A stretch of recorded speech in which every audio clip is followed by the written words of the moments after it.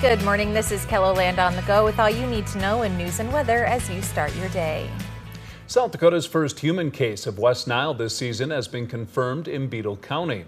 This comes as demand for mosquito protection in KELOLAND is very high. Dan Pyle, who owns D&K Lawn Care and Landscaping, says people are calling to have their yards sprayed. Some have family gatherings, while others just can't enjoy their yards because of the mosquitoes. Daycares, had a couple daycares call that, kids want to be outside and they can't let them out because they just instantly get bit, especially little kids. Pyle says the spray he uses on lawns lasts about 30 days. The average full perimeter spraying around your home will cost you around $125. The flooding across southeastern KELOLAND caused the city of Sioux Falls to discharge about 32 million gallons of partially treated sewage into the Big Sioux River. The discharge was over a 30-hour period. A city environmental official says it was needed to protect the city's sanitary sewer infrastructure and private property. The city's discharge was only a fraction of the billions of gallons of water that flowed through the Big Sioux River during those 30 hours. Digital reporter Ray Yost has a deeper dive into the story with this KELOLAND.com original. Turner County's century-old courthouse is on track to be replaced. The County Commission has approved a nearly $20 million project to build a brand new courthouse rather than renovate the current facility. The sheriff says construction could still be at least 2 years away. Anytime you build a building of that size, it's going to be a couple of years.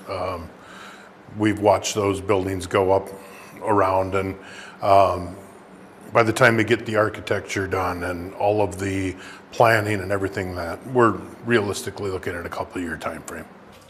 The courthouse has been dealing with rain-related problems, including a leaky roof in the sheriff's office and now mold growing in their evidence room.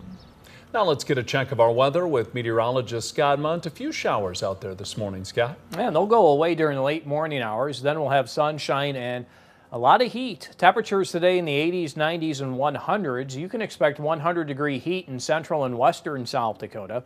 Winds will be fairly light. Many locations around 5 to 15 miles per hour, maybe a little stronger across eastern KELOLAND. We'll have a high of 88 in Sioux Falls, 90 in Aberdeen, 100 in Pierre, and in Rapid City. I'll have more details on your KELOLAND Live Doppler forecast coming up. Thank you, Scott. Following the unrest at the Mike Durfee State Prison this week, KELOLAND News has heard from multiple inmates and family members about their concerns with the prison. Those issues include gang violence, understaffing, and a lack of air conditioning. According to reports from the South Dakota Department of Corrections, the facility is also over capacity. The latest update said 1,227 men lived at the Springfield facility in May, which is over capacity.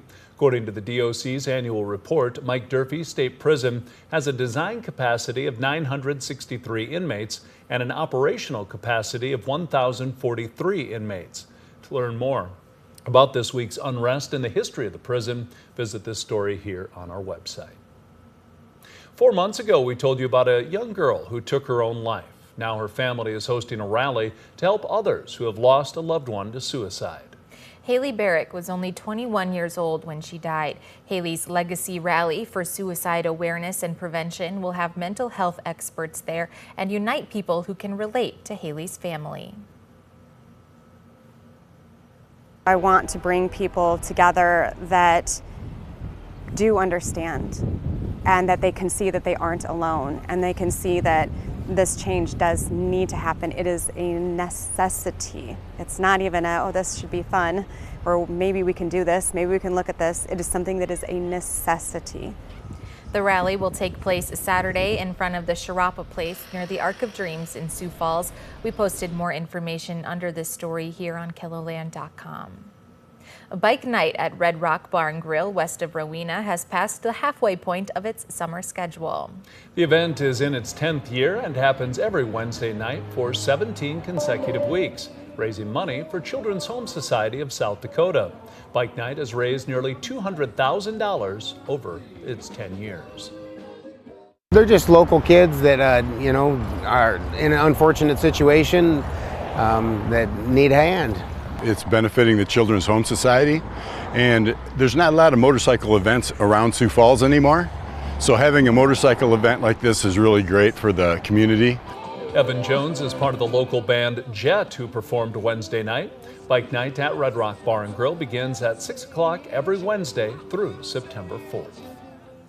And that's a look at some of our top stories. Now let's get one last look at your weather with meteorologist Scott Munn. Scott? All right, good morning, everybody. We'll continue to follow the heat as we go through this coming weekend, as well as developing thunderstorms later today in the western and southwestern South Dakota. Some of those may become strong to severe, with wind being the main threat out of any storms that do develop, as we do have a marginal risk for severe weather. You do notice how that stretches into central South Dakota. For this evening, we'll watch any of these storms that do make their way in the central and north central Kettleland.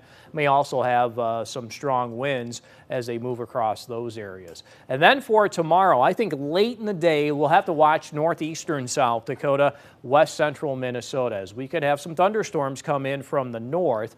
If they do, we'll have areas of damaging winds associated with any thunderstorms that do roll across northeastern South Dakota. And this is one model's interpretation of what's expected as we go into the evening. So any areas here across the northeast, if we do get these storms to go, may have some damaging winds associated with them. So we'll watch that area as it is underneath a slight risk for severe weather for late in the day tomorrow from near Sisseton, Millbank, and areas to the east. Otherwise, the heat will be here for this weekend. Temperatures in the 90s and the 100s. That will put that heat index into the 100s to cover eastern and southeastern Kettleland, not only for tomorrow, but that will last into Sunday as well. Here's that forecast for today. Temperatures in the 80s, 90s to lower 100s.